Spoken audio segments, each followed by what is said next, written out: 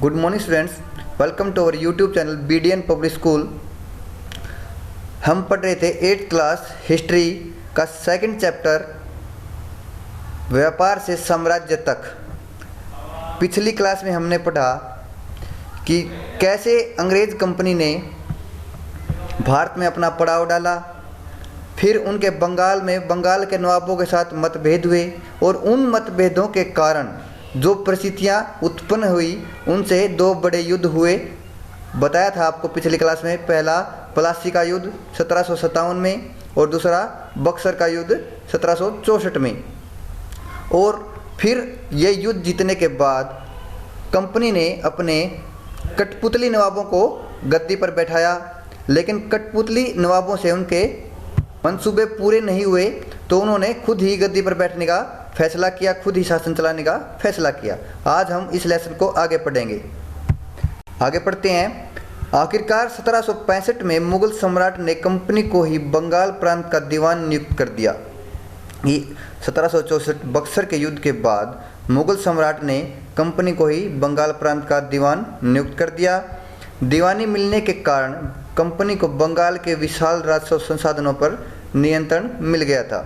इस तरह कंपनी की एक पुरानी समस्या हल हो गई थी, यानी कि जो विशाल संसाधन थे, यानी कि वहाँ जो बंगाल की वस्तुएं थी, वहाँ पर जो उपज होती थी उनके ऊपर कर लगाना या फिर कर हटाना अब सब कुछ किसके नियंत्रण में था?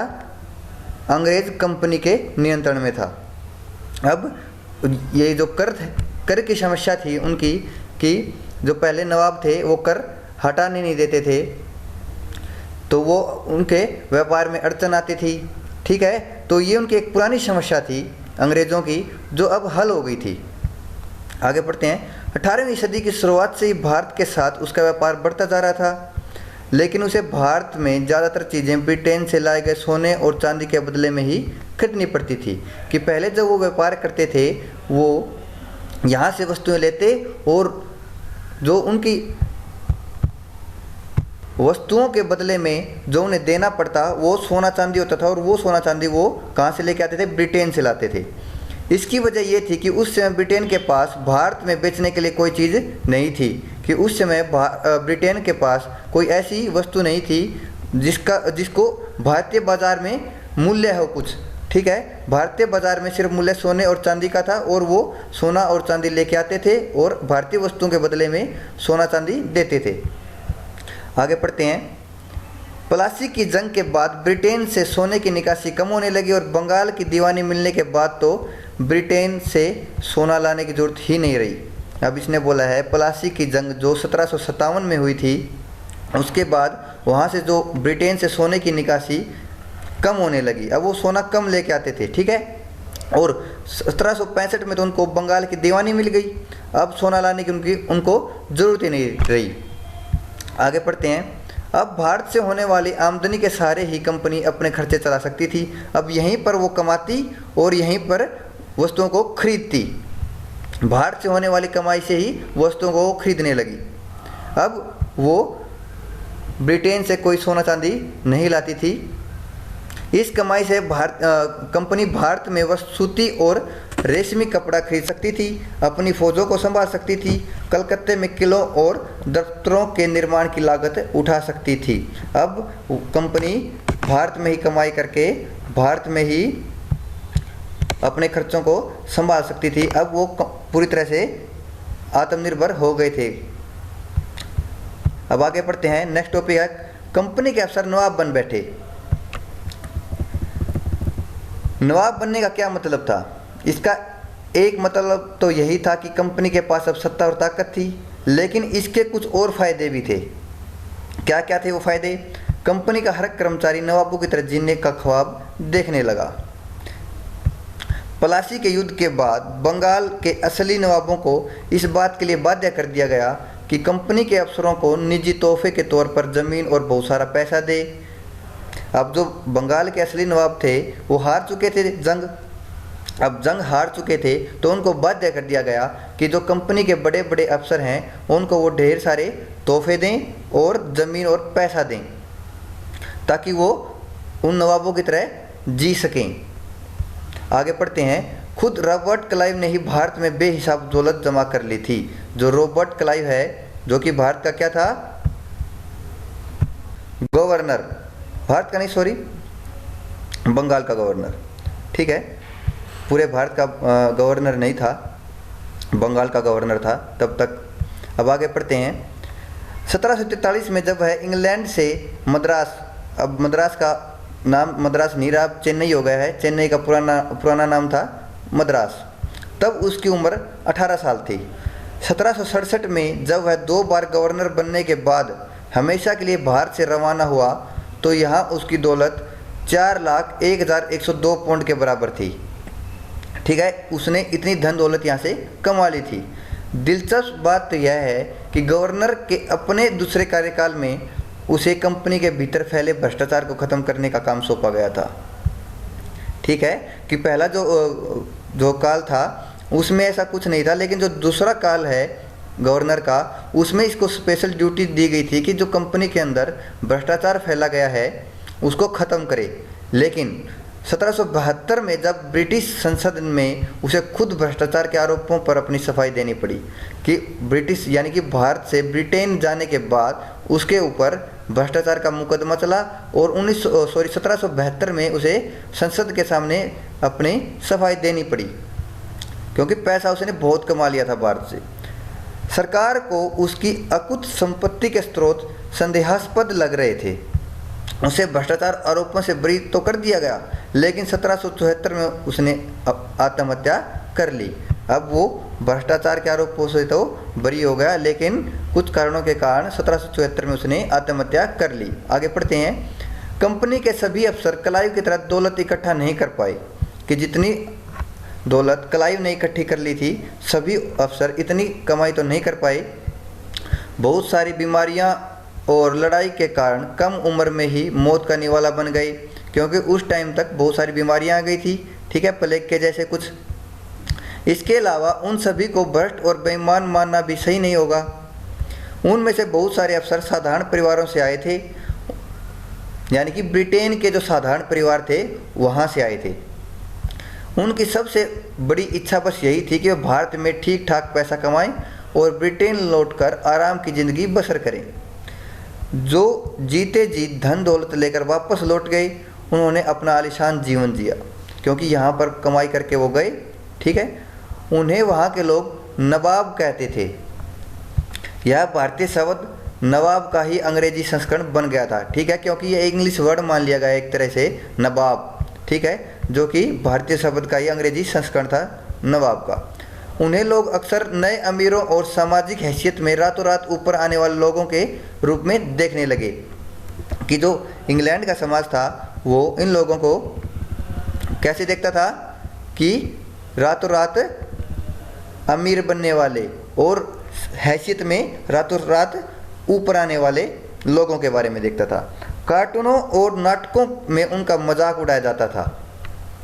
जो यहाँ से अमीर बनकर गए थे, इंग्लैंड में जाने के बाद, ब्रिटेन में जाने के बाद उनका मजाक उड़ाया जाता था कार्टून और नाटकों के माध्यम से। आगे पढ़ते हैं नेक्स्ट टॉपिक, कंपनी का फैलता शासन। यदि हम 1757 से 1857 के बीच ईस्ट इंडिया कंपनी के द्वारा भारतीय राज्यों पर कब्जे की प्रक्रिया को देखें तो कुछ महत्वपूर्ण बातें सामने आती हैं कि सबसे पहले जो कब्जा करना शुरू किया था कंपनी ने, वो बंगाल से शुरू किया था, ठीक है। 2 युद्ध लड़े थे बड़े बड़े, प्लासी का युद्ध 1757 और बक्सर का युद्ध 1764 में, लेकिन उसने अपनी हद बंगाल तक ही सीमित नहीं की, दूसरे राज्यों पर भी कब्जा किया। अब उनके बारे में पढ़ेंगे। किसी अनजान इलाके में कंपनी ने सीधे सैनिक हमला प्राय नहीं किया। उसने किसी भी भारतीय रियासत का अधिकार करने से पहले विभिन्न राजनीतिक, आर्थिक और कूटनीतिक साधनों का इस्तेमाल किया। यहाँ इन लाइन का मतलब है कि जो अंग्रेज थे, अंग्रेज कंपनी थी, उन्होंने किसी भी राज्य के ऊपर सीधा हमला नहीं किया। उन्होंने उनकी जो राजनीतिक और आर्थिक और कूटनीतिक साधन थे उनके अंदर हस्तक्षेप करना शुरू कर दिया धीरे धीरे, ठीक है।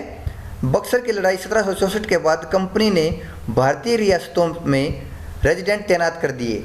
ये कंपनी के राजनीतिक या व्यावसायिक प्रतिनिधि होते थे।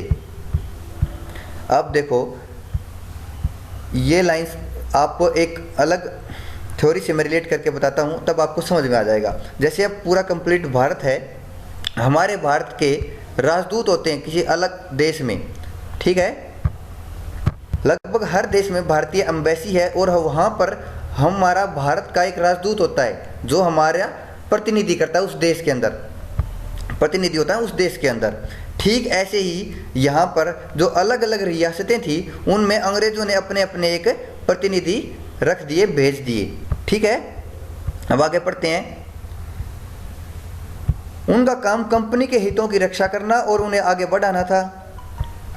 रेजिडेंट के माध्यम से कंपनी के अधिकारी भारतीय राज्यों के भीतरी मामलों में भी दखल देने लगे। अब वो जो रेजिडेंट थे जिनको नियुक्त किया था कंपनी ने अलग अलग रियासतों में, वो उन रियासतों में जाकर क्या करने लगे, उनके भीतरी मामलों में दखल देने लगे, ठीक है। अगला राजा कौन होगा, किस पद पर किसको बैठाया जाएगा, इस तरह की चीज़ें भी कंपनी के अफसर ही तय करना चाहते थे कि कोई दूसरी रियासत है, उस रियासत में कौन राजा बनेगा, किसको पद से हटाया जाएगा, ये सब कौन चाहता था, जो कंपनी के बड़े अफसर थे वो चाहते थे कि वो तय करें, ठीक है। आगे बढ़ते हैं। कई बार कंपनी ने रियासतों पर सहायक संधि भी थोप दी। जो रियासत इस बंदोबस्त को मान लेती थी उसे अपनी स्वतंत्र सेनाएं रखने का अधिकार नहीं रहता था। स्वतंत्र सेनाएं रखने का अधिकार से मतलब है कि जो सहायक संधि, यानी कि कुछ रियासत ऐसी थी जिन्होंने इनके साथ संधि कर ली थी, जिसके बदले में इस सहायक संधि का मतलब है कि इस संधि पर अगर दोनों रियासत, यानी कि जो अंग्रेज रियासत थी वो और दूसरी रियासत अगर समझौता कर लेती तो अंग्रेज कंपनी इनकी मदद करती इनके बुरे समय में। लेकिन इनका एक और भी दुष्परिणाम ये था कि वो स्वतंत्र सेना नहीं रख सकते थे, यानी कि अपनी मर्जी से सेना नहीं रख सकते थे कि कितनी बड़ी सेना वो रखें या कितनी छोटी रखें। ये सब तय करने वाला कौन था, अंग्रेज कंपनी। जिसके बदले में यानी इस सहायक संधि के बदले में वो क्या आश्वासन देते थे कि वो उसके विरोधियों से उसकी रक्षा करेंगे। तो इस सहायक संधि के माध्यम से वो अपनी राजनीतिक महत्वाकांक्षा को पूरा करते थे, ठीक है, और उस राज्य के भीतरी मामलों में भी हस्तक्षेप करने लगे, ठीक है। अब आगे पढ़ते हैं।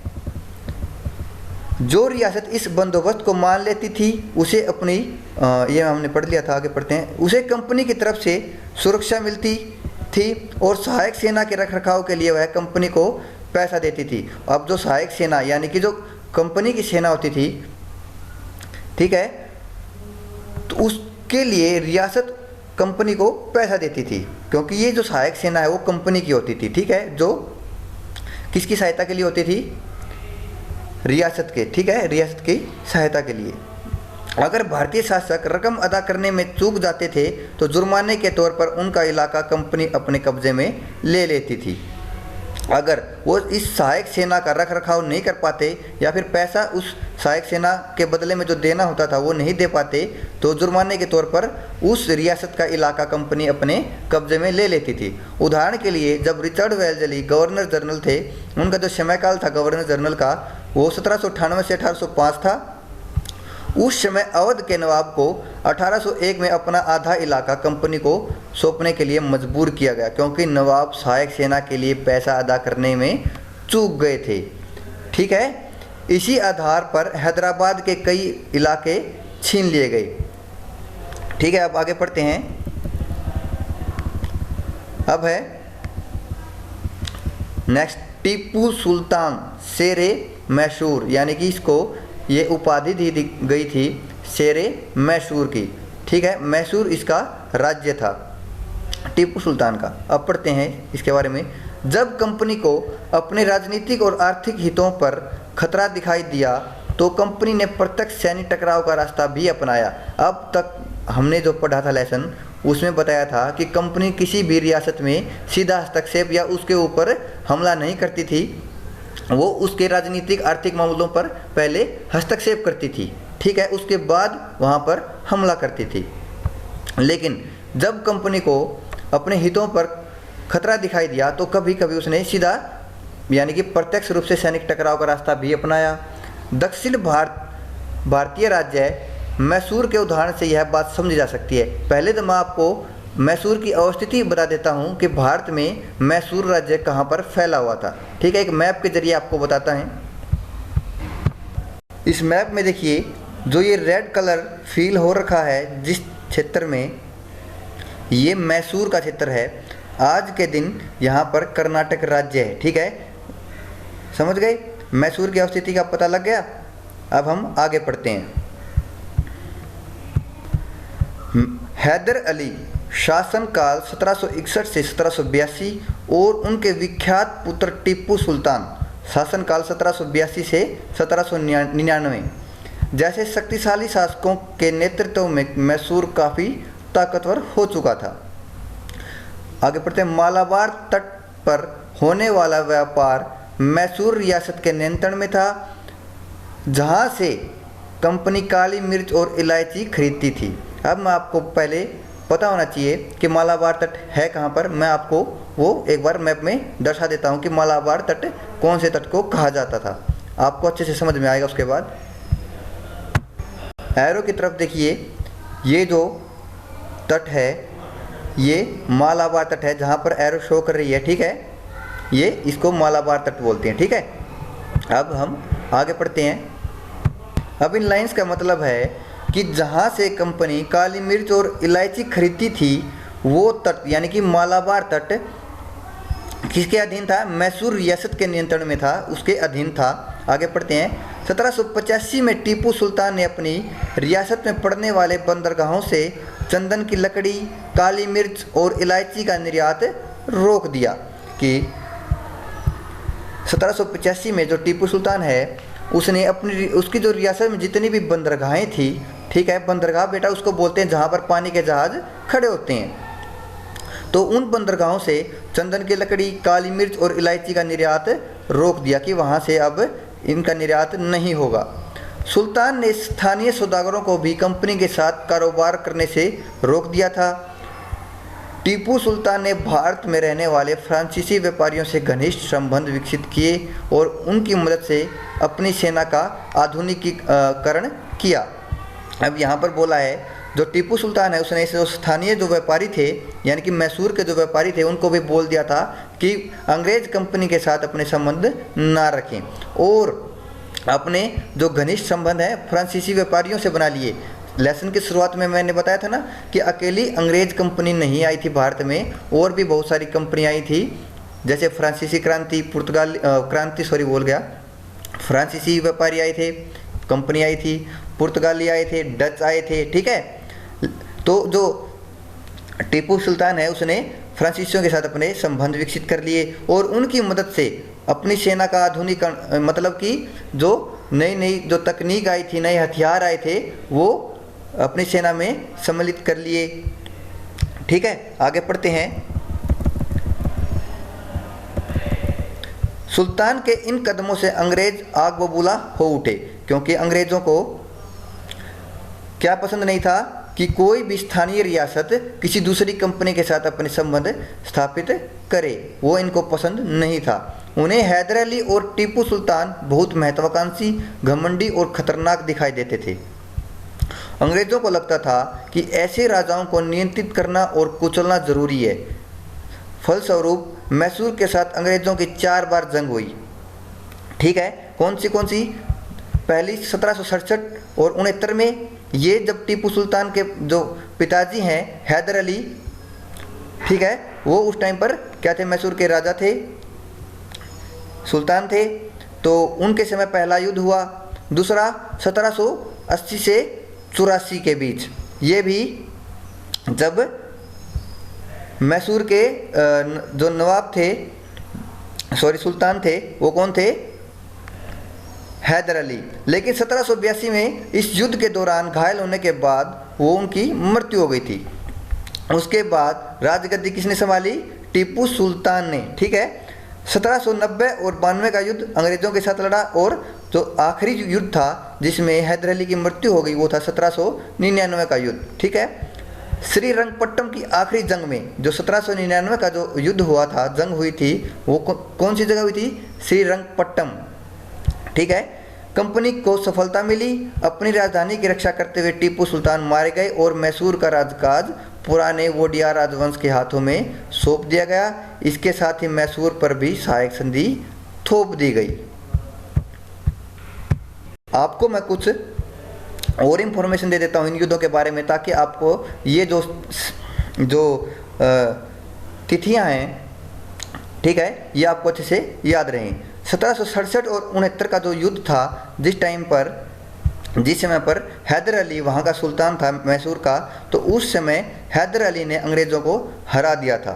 ठीक है। दोबारा से युद्ध किया अंग्रेज़ों ने हैदर अली के साथ 1780 और 84 में। ठीक है। ये आप समय अवधि याद रखना, क्योंकि ये आगे भी आएगी। ठीक है। इससे रिलेटेड जो फैक्ट हैं वो आगे भी आपको पढ़ने को मिलेंगे। ये वाला समय आपको याद रखना है। 1780 और 84 में अंग्रेज़ों के हालात इतने अच्छे नहीं थे, तो इसमें हैदर अली वैसे तो मारा गया 82 में ही, लेकिन 82 से 84 जो युद्ध लड़ा था वो किसने लड़ा था? टीपू सुल्तान ने लड़ा था। और ये समझौता कर ये युद्ध समाप्त हुआ। संधि कर ली थी अंग्रेज़ों ने और टीपू सुल्तान ने। ठीक है। और समझौते पर ये युद्ध समाप्त हो गया था। 1790 और 92 में टीपू सुल्तान की हार हो गई थी अंग्रेज़ों से, और यहाँ पर दोबारा उन्होंने संधि की और टीपू सुल्तान के ऊपर काफ़ी क्या लगाए? कर लगा दिए। ठीक है। उसे हर्जाना लिया गया युद्ध का। लेकिन 1790 और 92 के युद्ध के बाद टीपू सुल्तान अपने आप को बेइज्जत महसूस करने लगा। उसने बदला लेने की सोची और 1799 का युद्ध जो श्रीरंगपट्टम में हुआ उसका शंखनाद कर दिया, उसको शुरू कर दिया, और यहाँ पर उन्होंने अपनी वीरगति प्राप्त की। अब आगे पढ़ते हैं।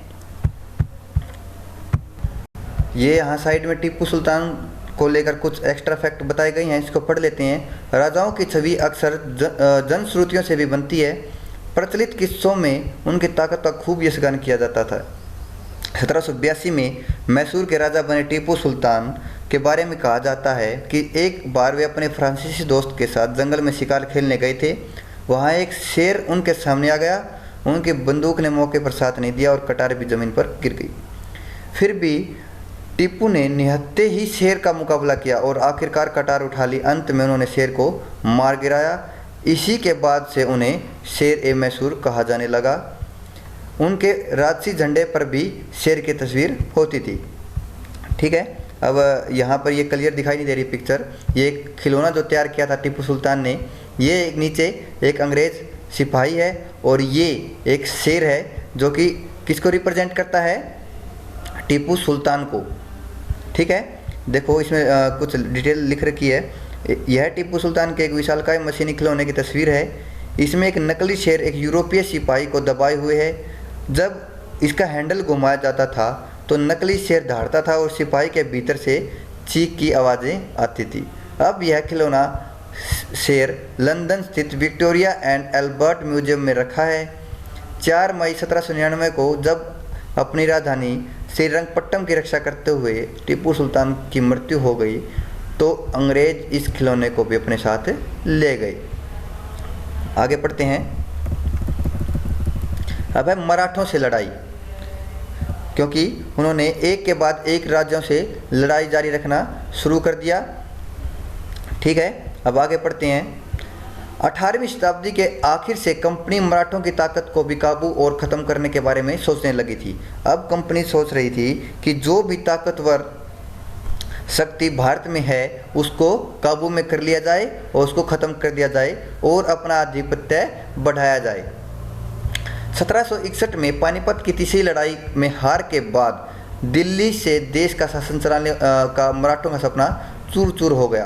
अब जो 1761 में आपने पढ़ा होगा, पहले पानीपत की तीसरी लड़ाई हुई थी। ठीक है। और उसमें मराठा हार गए थे। किससे हार गए थे? अहमद शाह अब्दाली से।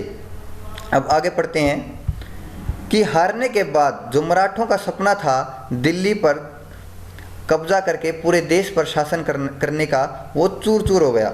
उन्हें कई राज्यों में बांट दिया गया। इन राज्यों की बागडोर सिंधिया, होलकर, गायकवाड़ और भोसले जैसे अलग अलग राजवंशों के हाथों में थी। अब हारने के बाद जो मराठा राज्य था वो बिखर गया और अलग अलग राज्यों ने अपने अपने हिस्से के क्षेत्र पर कब्जा जमाया और खुद क्या क्या शासन किया।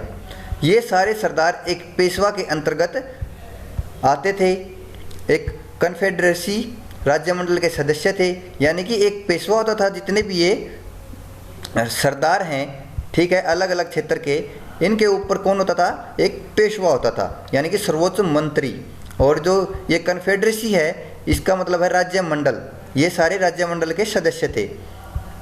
अब आप इसको रिलेट कर सकते हैं हमारे देश से, जैसे कि सिंधिया, होलकर, गायकवाड़, भोसले, ये राज्य हों और इन सब का एक सरदार, एक पेशवा, यानी कि सर्वोच्च मंत्री, प्रधानमंत्री हो। ठीक है, समझ गए?